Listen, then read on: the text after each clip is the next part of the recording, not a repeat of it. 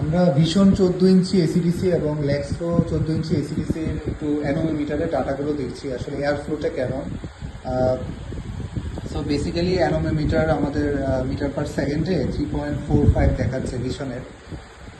যে ভীষণের যদি মডেলটা দেখি যেটা মার্কেটে অ্যাভেলেবেল, আর আমাদের যদি লেক্সোর নতুন মডেলটা দেখি আমাদের ডাটা প্রায় এটা 3.5-4-এর কাছাকাছি চলে যাবে। আবার এটা ধরো, এটা সেজন এটা।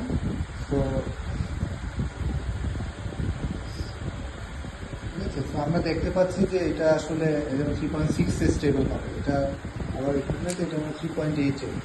এটা আমরা এয়ার ফ্লো মাপতেছি, সে যখন 4ও উঠে গেছে। সো বেসিক্যালি এই যে 14 ইঞ্চি ফ্যানগুলো দুইটাই 6 ভোল্টের ব্যাটারি, 9 ভোল্টের মোটর ইউজ করে। তো সাধারণত এগুলোর আসলে ফ্যানের এয়ার ফ্লোটা কাছাকাছিই হয়।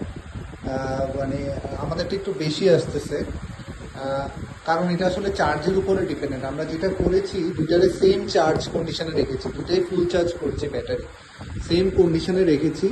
তো পিছনে দেখি আমরা যে গ্রিলগুলো একটু ফাঁকা ফাঁকা আছে। তখন হঠাৎ হয়তো মনে হতে পারে যে আসলে যে এয়ার ফ্লোটা হয়তো একটু বেশি, বাতাসটা একটু বেশি অনুভব হতে পারে। আমাদের গ্রিলগুলো একটু ছোট ছোট গ্রিল করেছি যেন কম্প্যাক্ট একটা সেন্ট্রিফিউগাল এয়ার আসে এবং আরপিএমটা একটু বেশি আসে স্ট্যান্ডার্ড ওয়াইজ। তো এটা ডিজাইন চয়েসের সাথে তার মধ্যে ভীষণটা কিন্তু আমরা একটু দেখি একটু নয়েজ বেশি আমাদেরটা থেকে।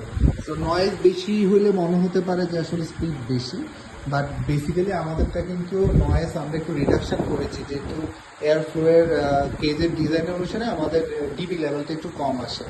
তো আমি যেটা বলতে চাচ্ছি কম্প্যারিজনের আমাদের যেটা মেসেজ সেটা হলো দুইটা ফ্যানের স্পিড কাছাকাছি, আমাদেরটা একটু বেশি আসতেছে আইডিয়াল কন্ডিশনে সামান্য, বা দুইটা সবগুলো 14 ইঞ্চি ফ্যানেরই আমাদের আসলে স্পিড মার্কেটের লেভেলের একদম সমান, 1400-এর উপরেই আছে আর কি। Thank you.